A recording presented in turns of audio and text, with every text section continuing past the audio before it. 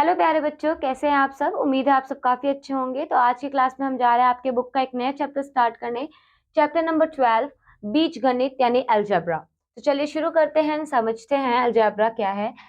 अंक गणित में हम विशिष्ट संख्याओं का प्रयोग करते हैं तथा उन्हें शून्य से लेकर 9 तक के चिन्हों द्वारा दर्शाते हैं। शून्य, 1, 2, 3, 4, 5, 6, 7, 8, 9। ठीक है। इसे अंक गणित में हिंदू अरेबिक पद्धति कहा जाता है। गणितज्ञ गणनाओं के लिए चार मूल संक्रियाओं योग, व्यवकलन यानी माइनस, गुणन और विभाजन का प्रयोग किया जाता है। इस अध्याय में हम गणित की एक नई शाखा बीज गणित के बारे में अध्ययन करेंगे, यानी अलजेब्रा के बारे में। बीज गणित में सभी संख्यात्मक व्यंजकों को अंग्रेजी वर्णमाला के वर्णों यानी एबीसीडी के रूप में प्रदर्शित किया जा सकता है। ऐसे वर्णों को अक्षर संख्याएं कहा जाता है। अब उदाहरण के तौर पे देखिए, वर्ग का क्षेत्रफल हमें पता है, भुजा गुना भुजा या भुजा स्क्वायर कह लो आप। यदि हम क्षेत्रफल को a तथा भुजा को b प्रदर्शित करें तो कैसे लिख सकते हैं हम। यहाँ पे हम वर्ग का जो क्षेत्रफल है उसे a से रिप्रेजेंट करेंगे, भुजा गुना भुजा यानी a इंटू a स्क्वायर हो जाएगा। राइट। यह नियम सभी वर्गों एवं इकाइयों के मान के लिए सत्य है। यदि a इज इक्वल टू 5 है तो a की वैल्यू 5 इंटू 5 कितना हो जाएगा, 25। Right. So in that case हम कह सकते हैं कि स्पष्टता a संख्या को प्रदर्शित करता है। a क्या करता है, किसी संख्या को प्रदर्शित करता है। चलिए, उपरोक्त उदाहरण से स्पष्ट है कि संख्याओं को अक्षरों द्वारा दर्शाना सुगम है। अक्षरों द्वारा किसी भी नियम को हम संक्षिप्त रूप से व्यक्त कर सकते हैं, जिसे सामान्यतः सूत्र कहते हैं, यानी फॉर्मूला कहते हैं। इस नियम के प्रयोग द्वारा हम एक ही जैसी हजारों समस्याओं का समाधान सूत्र में अक्षरों का मान रखकर निकाल सकते हैं। यानी हमने क्या करा, हमने उसे एक वर्णमाला का नाम दे दिया और उस वर्णमाला को एक सूत्र बना दिया है, जिसके लिए हम क्या कर सकते हैं, किसी भी संख्या के किसी भी मान के लिए हम उस सूत्र का इस्तेमाल कर सकते हैं। अब देखिए बच्चों, बीज गणित की संक्रियाएं यानी ऑपरेशंस ऑफ अलजेब्रा। पहला है योग, अक्षर x और 9 का योगफल, यानी अक्षर x है हमारे पास और 9 है तो उसका योगफल इस तरीके से निकाला जाएगा। अगर दोनों ही अक्षर अज्ञात है यानी अक्षर x और y, उसका योगफल कैसा होगा, x प्लस y। अक्षर z, x और y अधिक हैं तो इसे इस प्रकार लिखा जा सकता है कि x plus y is equal to z। किसी भी अक्षर के लिए हमारे पास x plus Y is equal to Y plus X, या फिर x प्लस वाई में अगर आप z जोड़ रहे हैं या फिर x में आप y प्लस z जोड़ रहे हैं तो भी वो बराबर होगा। आपने पढ़ा था ना, जो हमने सहचार्य सूत्र पढ़ा था पहले की क्लासेस में, तो वही यहाँ पे भी अप्लाई होगा। अब हम पढ़ेंगे व्यवकलन यानी सब्ट्रैक्शन। अक्षर x से 9 कम करना यानी x माइनस 9। यदि y x से z कम है तो हम क्या लिख सकते हैं, y is equal to x minus z। ना गुणन के लिए बच्चों x का 9 बार यानी x इंटू 9 या 9x कह लो। बीज गणित में दो अक्षर संख्याओं के गुणनफल में उनके बीच गुणन के चिन्ह को छोड़ दिया जाता है, अतः x और y का गुणनफल x क्रॉस y या फिर xy। यहाँ पे x क्रॉस y था ना, तो हमने इसे क्या कर दिया, रिमूव कर दिया, तो सिर्फ xy बचा। तो इस तरीके से हम क्या करते हैं, चिन्ह को, गुणन के चिन्ह को छोड़ देते हैं। ऐसे ही बच्चों x क्रॉस शून्य और क्या आएगा आपका, शून्य ही आंसर आएगा। नेक्स्ट देखिए, वैसे ही जैसे आप किसी संख्या की, कोई x संख्या है उसके आपने एक से गुना करी तो आपको वही संख्या वापस मिल जाती है। एक्स वाई जी वर्ण के लिए आप यहाँ पे भी देखें, ये रूल एप्लीकेबल है अगर आप एक्स वाई का समूह बनाते हैं या फिर वाई जी का समूह बनाते हैं। नेक्स्ट बच्चों, या फिर आप इसे ऐसे भी कर सकते हैं, यहाँ पे देखिए, यहाँ पे हमने क्या करा, इस वाले नेक्स्ट वाले केस में और केस में y प्लस जी को ऐड किया और x से उसकी मल्टीप्लाई की, तो इसका क्या मतलब है, x की y से भी मल्टीप्लाई हो रही है और x की z से भी मल्टीप्लाई हो रही है। राइट। और उन दोनों का क्या निकाल रहे हैं हम लास्ट में, सम। अब इनको छोड़ दीजिए, हमने कहा था ना गुणन के चिन्ह को छोड़ देते तो एक्स वाई प्लस एक्स सी। आगे बढ़ते हैं, विभाजन देखिए बच्चों, विभाजन का सूत्र क्या कहता है, a का b से विभाजन कैसे लिखा जाता है, a बटे b। a का 5 से विभाजन कैसे लिखा जाता है, a बटे 5।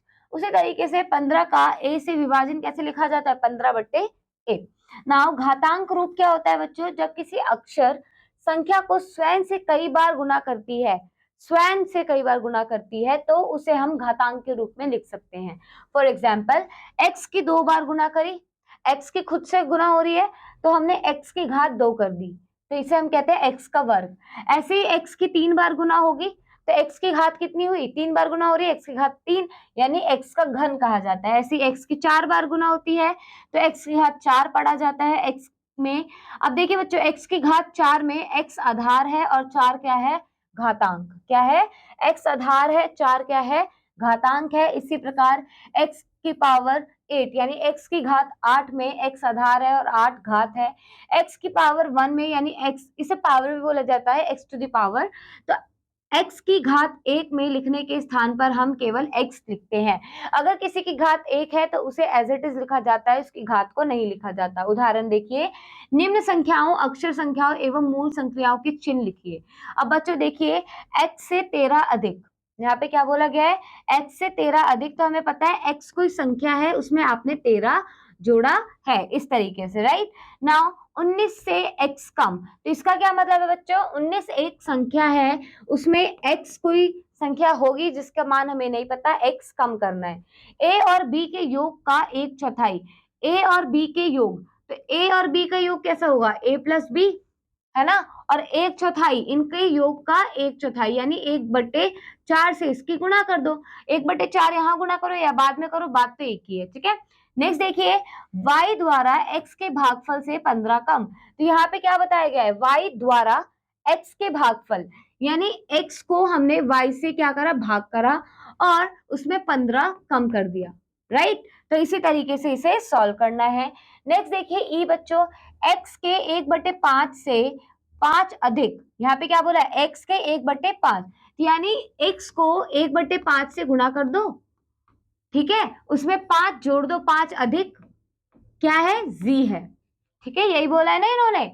नेक्स्ट x का 5 गुना यानी 5x, है ना, 5x, x का 5 गुना z से y कम है, कितना कम है, y कम है, z से y कम है, यानी z से आप y को घटा दीजिए, वो x का 5 गुना है। क्लियर, तो इस तरीके से इसे सॉल्व किया जाता है। नेक्स्ट देखिए बच्चों, नेक्स्ट क्या बोला है इसमें, नेक्स्ट है घातांक रूप में निम्नलिखित को लिखिए।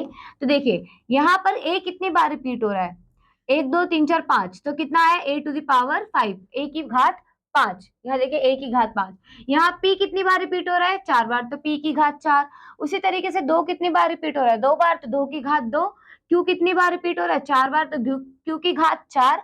और m कितनी बार रिपीट हो रहा है, 3 बार, तो q की m की घात q, m की घात क्यूब, क्यूब मतलब घन, ठीक है। तो अब देखिए यहाँ पे बच्चों, 2 की पावर 2, q की पावर 4, m की पावर 3, यानी q की जो घात है वो कितनी है, 2, q की घात 4 है और m की घात 3 है। तो यहाँ पे देखिए बच्चों, इस क्रॉस को हटा दीजिए, जो मल्टीप्लीकेशन गुणन का जो चिन्ह है इसे हटा दीजिए और इसे सिंपलेस्ट फॉर्म में लिख दीजिए, ठीक है।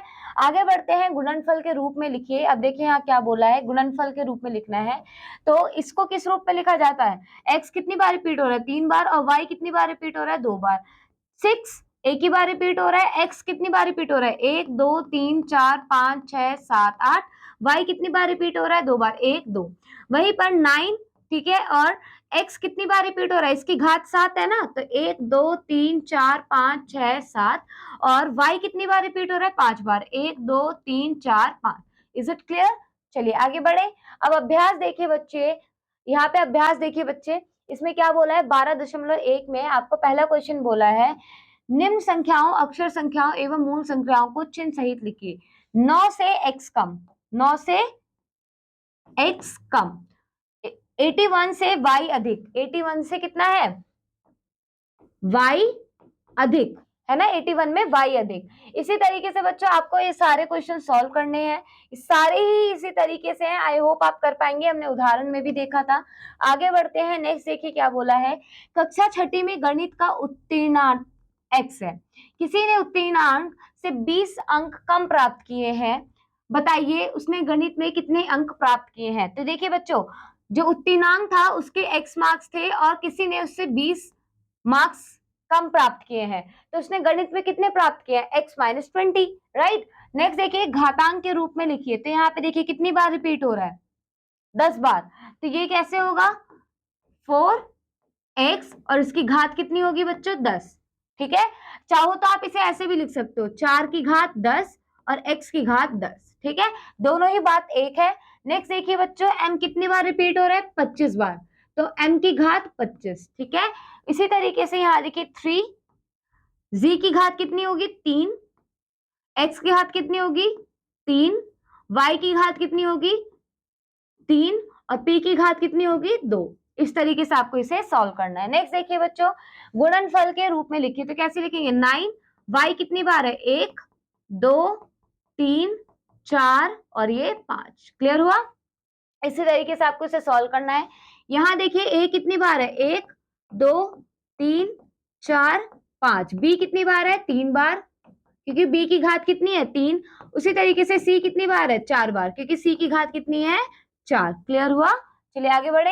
अब देखिए बच्चों, बीजीय व्यंजक यानी अलजेब्रिक एक्सप्रेशन।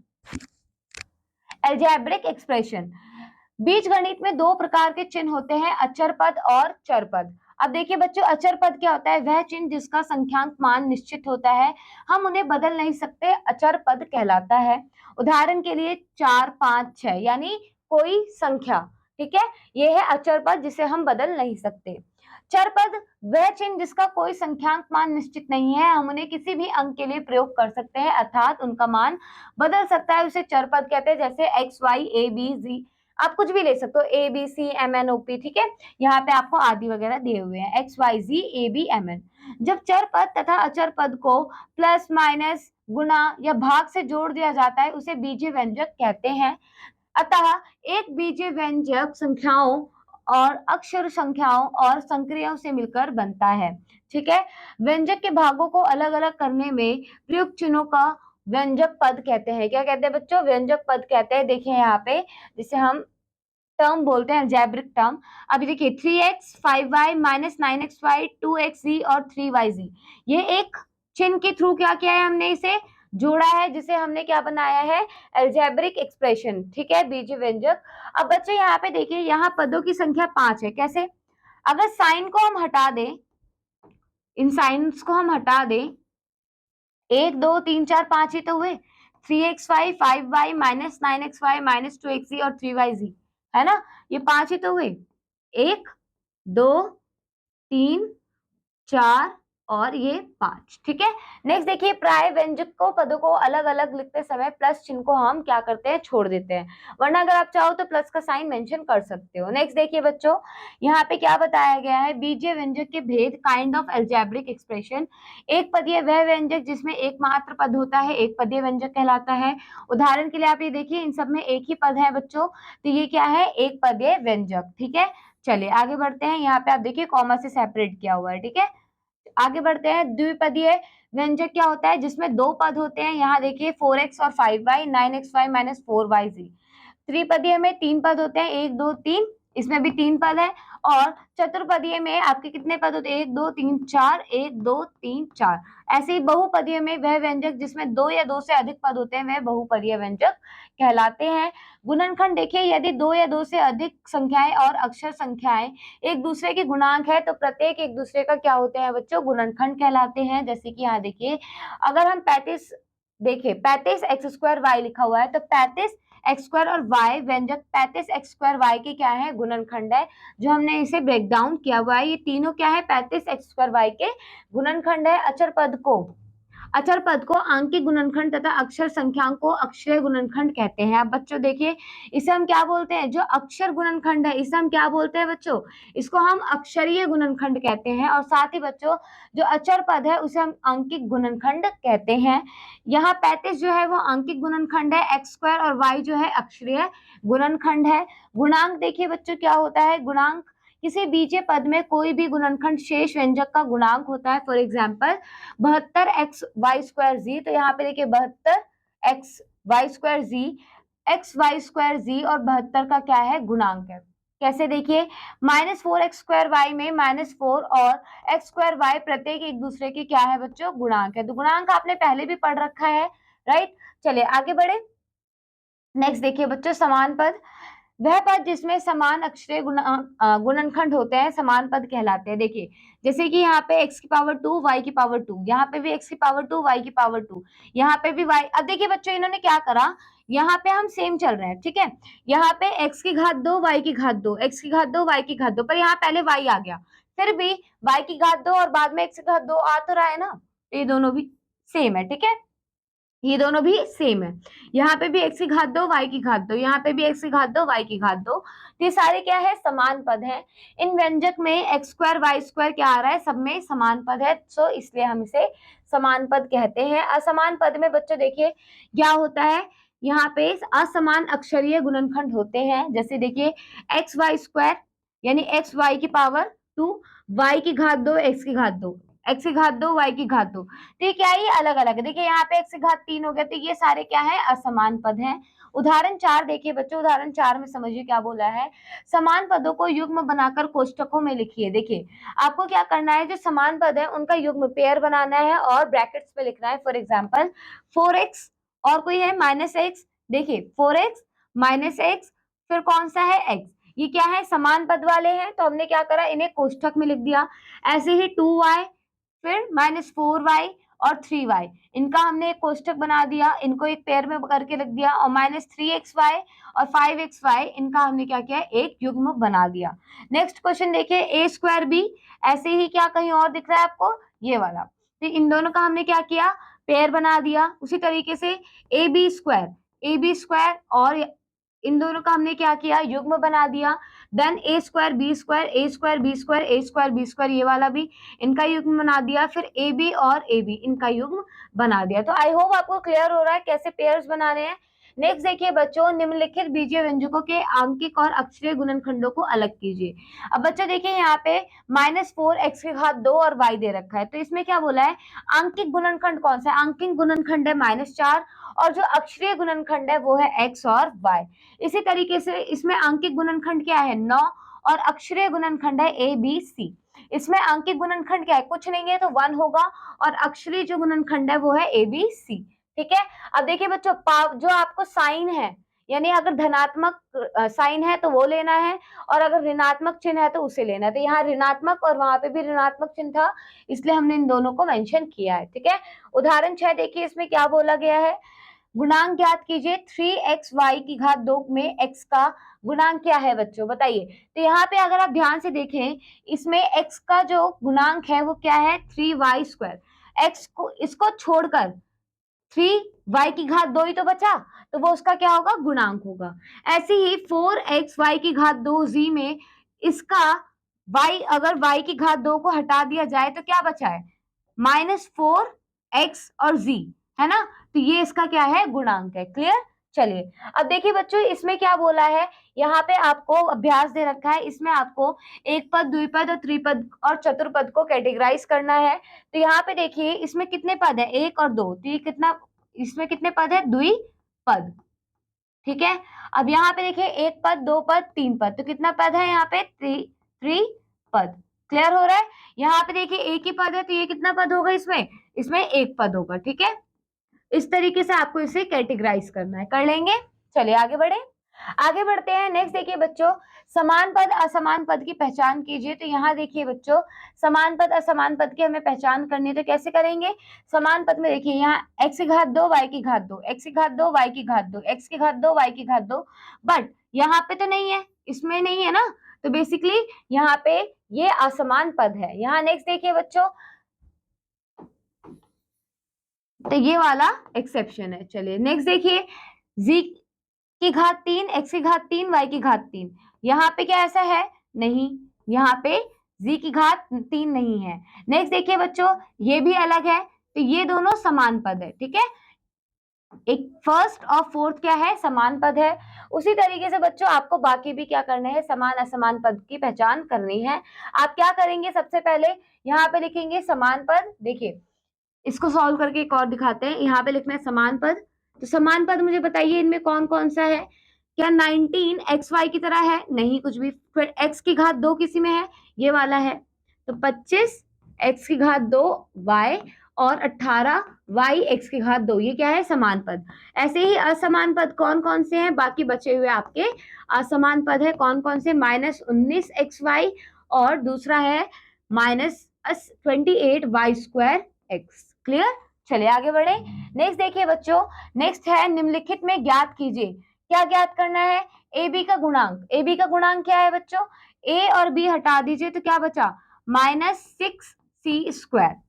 ठीक है, ऐसे ही y का गुणांक, y हटा दीजिए तो क्या बचा, -5x² इसका गुणांक है। कर लेंगे बाकी, आगे बढ़े।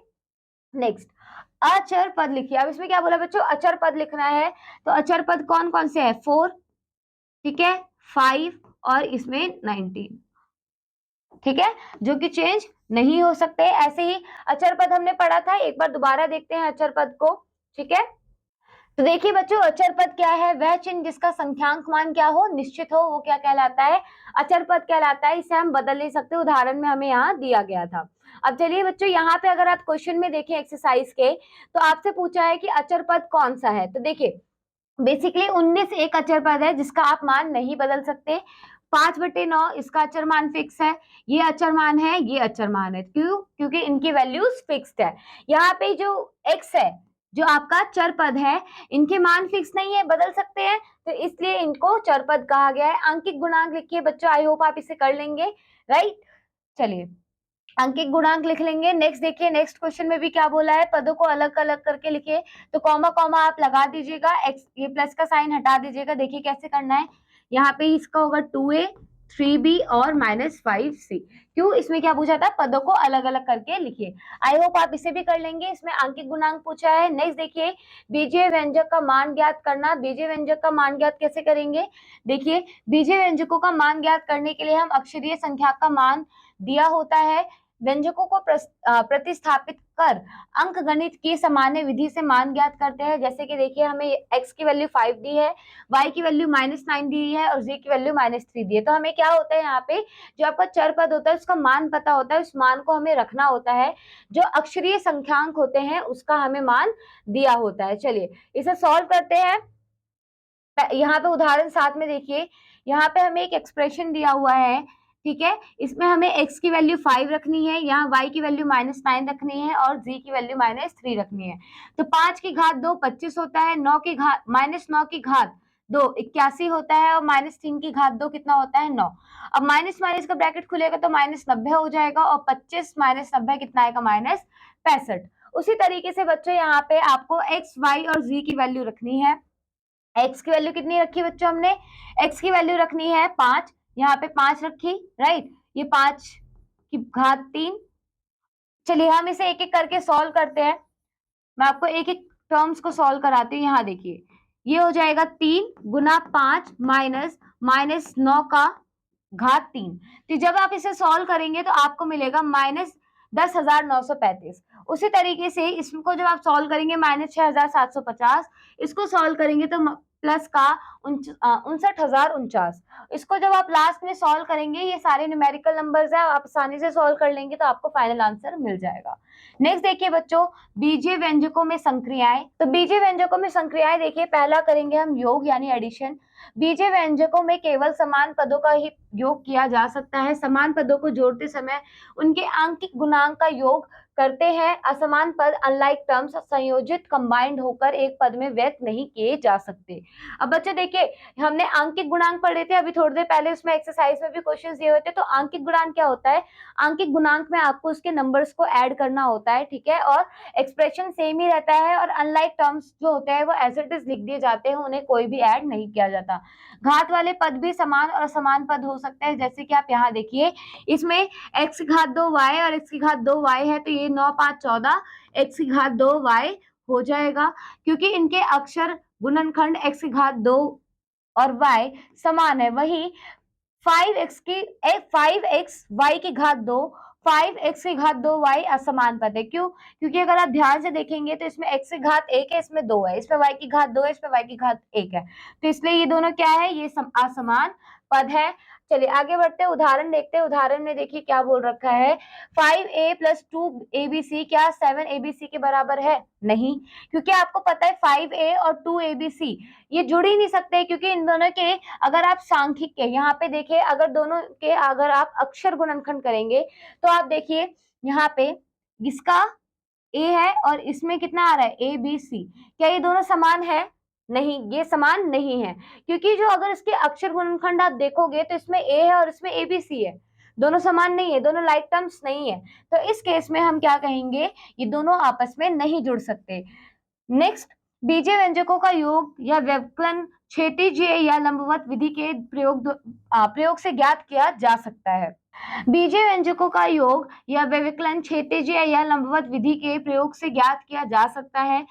अब देखिए क्षैतिजीय विधि क्या होती है बच्चों में, सभी व्यंजकों को क्षैतिज रूप में लिखकर उनका योग व्यवकलन किया जाता है, यानी लाइन के फॉर्म में आप डायरेक्ट लिख देते हो। और लंबवत विधि में प्रत्येक व्यंजन को अलग अलग पंक्ति में लिखकर उनका योग या व्यवकलन किया जाता है। उदाहरण देखिए बच्चों, जैसे आपको इसका योग करने के लिए बोला है, तो बेसिकली ये एक अलग एक्सप्रेशन है, ये अलग एक्सप्रेशन है, ये अलग एक्सप्रेशन है, तो ब्रैकेट्स के में रखकर आपने इसका क्या कर दिया, जोड़ कर दिया। ए और ये ए और ये ए, इनके टर्म्स क्या करें हमने, लाइक टर्म्स वालों को एक साथ ले लिया, राइट। तो यहाँ पे देखिए मैं सर्कल कर रही हूँ उसी कलर से, यहाँ देखिए 8a 3a और a, इनको एक साथ ले लिया, ठीक है। फिर हमने क्या किया, -3b, ठीक है, फिर 7b और -2b को एक साथ ले लिया, उसी के साथ 4c 2c और 7c को एक साथ ले लिया। अब हम आसानी से सॉल्व कर सकते हैं, 8 - 3 5, 5 + 1 6, यानी 6 है, आसानी से सॉल्व कर सकते हैं। चाहो तो आप a कॉमन भी ले सकते हो, नहीं तो डायरेक्ट आपको पता है कि तीनों में जो गुणनखंड है, जो सांख्यिकीय गुणनखंड है वो क्या है, a ही तो है ना। तो आप क्या कर सकते हैं, यहाँ पे डायरेक्ट ही a लिख दीजिए और 8 - 3 कीजिए, कितना मिलेगा, 5 मिलेगा। 5 में यहाँ कुछ नहीं है, 1 है, तो 1 को जोड़िए तो ये आ जाएगा 6। तो आप क्या कर सकते हैं बच्चों, यहाँ पे संख्या गुणनखंड को आप एक साइड लिख दीजिए, बाकी नंबर्स को, संख्याओं को सॉल्व कर लीजिए और डायरेक्ट आंसर लिख दीजिए। नहीं तो आप जो संख्या है उसको क्या करेंगे, ब्रैकेट में रख लेंगे, अक्षर गुणनखंड को कॉमन ले सकते हैं। उसी तरीके से इसको सॉल्व करेंगे, b कॉमन लेंगे, -3 + 7 - 2 कितना आएगा, 2b आएगा, और इसे सॉल्व करेंगे तो आपको 13c मिलेगा। नेक्स्ट देखिए क्या बोला है, योग कीजिए। इसमें आपको ये 3 आपको एक्सप्रेशन दिए हैं, ये हम करेंगे कॉलम मेथड यानी लंबवत विधि को यूज करते हुए। अब देखिए इसमें x के नीचे x वाला टर्म आएगा, y के नीचे y वाला टर्म आएगा और z के नीचे z वाला टर्म आएगा। देखिएगा ध्यान से, 4x के नीचे क्या आएगा, 5x, ठीक है, और -x, -1x, कुछ नहीं है तो -1 है। -2y के नीचे क्या आएगा, +3y, ठीक है, और +5y। देन z के नीचे क्या आएगा, -3z और +4z, ठीक है। अब आसानी से सॉल्व कर लेंगे, कैसे, z सेम रहेगा, यहाँ कुछ नहीं है तो 1 1 + -3 + 4, तो कितना हो जाएगा, ये हो जाएगा 2, -2 + 3 + 5 कितना हो जाएगा 6y, उसी के साथ +5 + 4 9 9 - 1 8x। इस तरीके से आपको इसे सॉल्व करना है। सब्ट्रैक्शन में थोड़ा सा आपको कॉम्प्लिकेटेड लग सकता है, व्यवकलन में हम जानते हैं कि दी गई संख्या का अन्य संख्या से व्यवकलन करना, इसके ठीक विपरीत इनका योग करना होता है। बीजीय व्यंजकों का व्यवकलन ज्ञात करने के लिए हम व्यवकलित होने वाले व्यंजकों के चिन्हों को बदल देते हैं और फिर समान पदों का योग करते हैं। अब देखिए बच्चों, यहाँ एक लाइन बोली गई है, हम क्या करते हैं, जो व्यवकलित होने वाले व्यंजक होते हैं उनके चिन्ह बदल दिए जाते हैं। देखिए यहाँ पे कैसे, उदाहरण के तौर पे 3a + b 4c को इसमें से आपको घटाना है, तो पहले ये लिखा जाएगा, उसमें से इसको आपको घटाना है। तो आप ध्यान से देखिए, जब माइनस का ब्रैकेट यहाँ से खुलेगा तो ये जो भी आपके माइनस होने वाले व्यंजक हैं उनके साइन बदल जाएंगे। ये हो जाएगा -3a -b और ये -4c। तो 6a -3a कितना आएगा बच्चों, 3a, -3b -b कितना हो जाएगा, -4b, +c और -4c कितना हो जाएगा, -3। ठीक है, तो समूह में आप लिख सकते हैं और लास्ट में आप जो अक्षर गुणनखंड है उसे कॉमन लेके सॉल्व कर सकते हैं। अब बच्चों कॉलम वाले में थोड़ा सा कॉम्प्लिकेटेड लग सकता है, 2x² minus 10xy plus 6y² plus 9, ये है, इसमें से आपको इसको घटाना है। तो 2x² के नीचे क्या आएगा, -8x², -10xy के नीचे क्या आएगा, 14xy, प्लस 6y² के नीचे क्या आएगा, -3y² प्लस 9 के नीचे -5। ध्यान रखना बच्चों, लाइक टर्म के नीचे समान पद के नीचे समान पद, ठीक है। चलिए आगे बढ़ते हैं।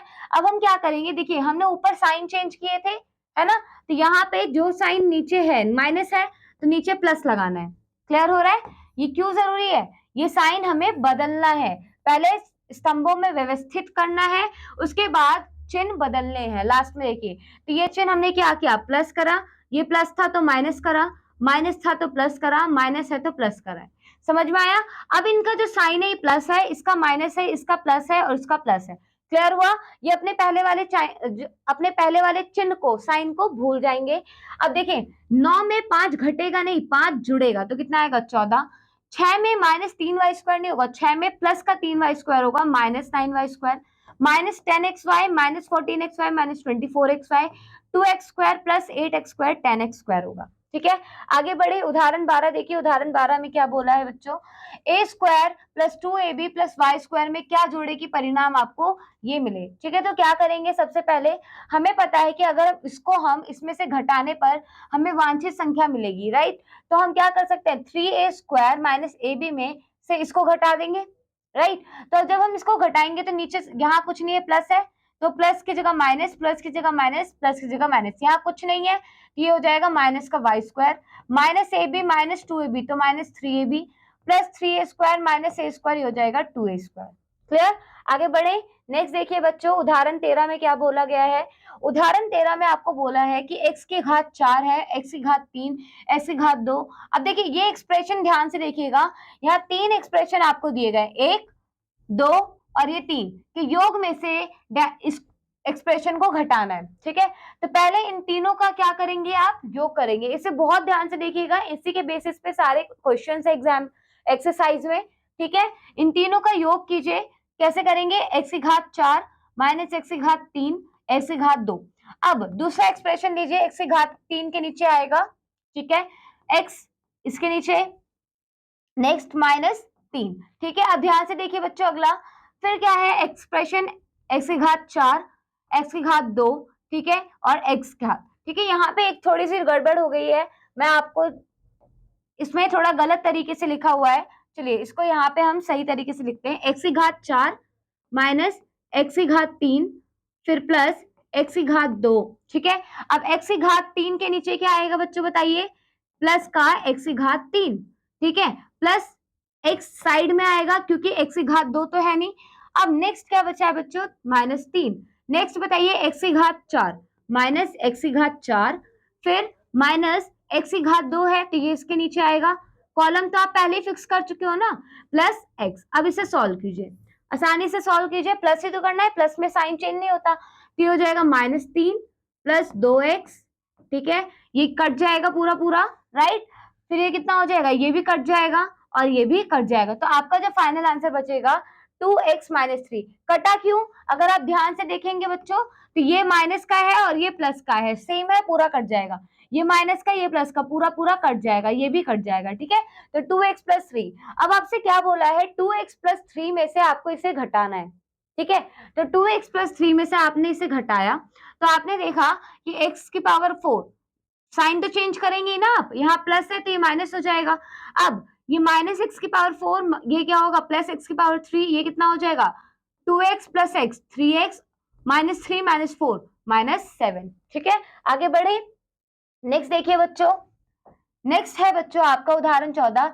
यदि p की वैल्यू आपको दे रखी है 2x² plus 3xy plus 5y², q की वैल्यू दे रखी है और r की वैल्यू दे रखी है, तो दिखाइए कि p plus q minus r is equal to 0 है। कैसे दिखाएंगे, देखिए पहले आप इन दोनों एक्सप्रेशन को जोड़ लेंगे, यहाँ पे हमने जोड़ दिया, जोड़ने के बाद हमें इस एक्सप्रेशन को मिला है, ये हमें एक्सप्रेशन मिला है, इसमें से हमने r को घटा दिया, यहाँ पे ये जो r है हमने इसे घटा दिया। अब जब घटाएंगे तो यहाँ माइनस से नीचे प्लस हो जाएगा, प्लस के नीचे माइनस, प्लस के नीचे minus, plus 2y² minus 2y² कितना आएगा 0, plus 5xy minus 5xy 0, minus 3x² plus 3x² 0। तो यानी ये थ्योरम जो इन्होंने हमें प्रॉब्लम स्टेटमेंट दी थी सॉल्व करने के लिए, वो प्रूव हो गई कि p plus Q minus r 0 के बराबर है, इति सिद्धम। ठीक है, चलिए आगे बढ़ते हैं, नेक्स्ट देखिए बच्चों 12.3 एक्सरसाइज। इसमें आपको क्या करना है, x की वैल्यू, y की वैल्यू और z की वैल्यू दे रखी है, आपको इन वैल्यू को यहाँ पुट करना है, 4 इंटू 1 माइनस 2 इंटू कितना होगा y की वैल्यू 2 प्लस 3 इंटू z की वैल्यू कितनी है 3, ये हो जाएगा 4 माइनस 4 प्लस 9, कितना आएगा इसका आंसर बच्चों 9। इस तरीके से आपको इसे सॉल्व करना है, यहाँ पे भी आप क्या करेंगे, उसी x y z की वैल्यू पुट करेंगे, जो हमने सेम एग्जाम्पल में किया था वही करना है आपको। यहाँ पे भी, यहाँ पे m की वैल्यू o की वैल्यू दे रखी है, सेम आपको यहाँ पे पुट करना है। फॉर एग्जाम्पल यहाँ पे देखिए 2 की घात 3 क्यों, क्योंकि m की वैल्यू 2 है, माइनस माइनस n की वैल्यू कितनी है, -1 की घात 3, माइनस o की वैल्यू कितनी है, 3 की घात 3। अब आप इसे सॉल्व कर लेंगे। ऐसे ही बच्चों इनको आपको सॉल्व करना है, कैसे करेंगे, निम्न का योग ज्ञात कीजिए। देखिए -9z -8z + 3z कितना हो जाएगा, -17 -17 + 3 -14z। उसी के साथ -4y + 3y -5y कितना हो जाएगा बताइए, ये हो जाएगा -6y, राइट। उसी तरीके से 2 और 4 6 6 - 7 -1x। इसी तरीके से बाकी आप सॉल्व कर लेंगे बच्चों। चलिए व्यवकलन में कैसे करेंगे, आप ध्यान से देखिए। व्यवकलन में पहले आपको इन्हें सॉल्व करना है। आई होप आप सेम एग्जाम्पल जो हमने सॉल्व किया था इन्हें भी सॉल्व कर पाए। योग ज्ञात कीजिए, इनमें कैसे करना है, ये एक एक्सप्रेशन दिया है, ये एक्सप्रेशन दिया है, ये एक्सप्रेशन दिया है, इन तीनों को ब्रैकेट लगाना है आपको और इनका सम कर देना है, ठीक है। यहाँ पे आप क्या करेंगे, यहाँ पे आप देखिए व्यवकलन आपका हो जाएगा। आप इन सारे क्वेश्चन को सॉल्व कर लेंगे। इसमें आपको सब्ट्रैक्ट करना है, कैसे करेंगे, इसमें आप साइन चेंज कर देंगे नीचे जितने भी हैं, ठीक है। इन सब के साइन भी क्या हो जाएंगे, चेंज हो जाएंगे। देखिए सॉल्व कैसे करना है मैं आपको करके बताती हूँ। एक क्वेश्चन हम सॉल्व कर लेते हैं। व्यवकलन कीजिए, ठीक है। तो देखिए यहाँ पे लास्ट वाला सॉल्व करते हैं। यहाँ पे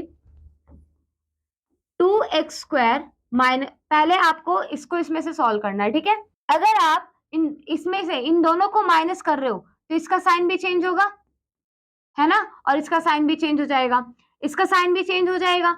अब बताइए बच्चों, जब ब्रैकेट खोलोगे फॉर एग्जांपल ऐसे, इसके पीछे का रीजन बता रही हूँ बच्चों, -x² -y², है ना। इस तरीके से जब माइनस का ब्रैकेट खोलोगे तो प्लस वाला माइनस में हो जाएगा और माइनस वाला प्लस में। अगेन आप नीचे वाले एक्सप्रेशन का ब्रैकेट खोलोगे तो ये क्या हो जाएगा, ये प्लस का था माइनस में हो जाएगा, ये प्लस का ये माइनस में हो जाएगा और ये प्लस का माइनस में हो जाएगा। अब आसानी से सॉल्व हो सकता है, कैसे, देखिए प्लस का y² और माइनस का y² कितना होएगा बताइए, प्लस का y² प्लस का y², 2y² माइनस y², ये बचेगा -y², राइट। ऐसे ही बच्चों यहाँ देखिए -2xy कितना होगा, -4xy। साथ ही 2x² -x² 2x² - 2x² कितना हो जाएगा, 0, तो कुछ भी नहीं बचेगा। इसे सॉल्व करते हैं हम दूसरी विधि के द्वारा।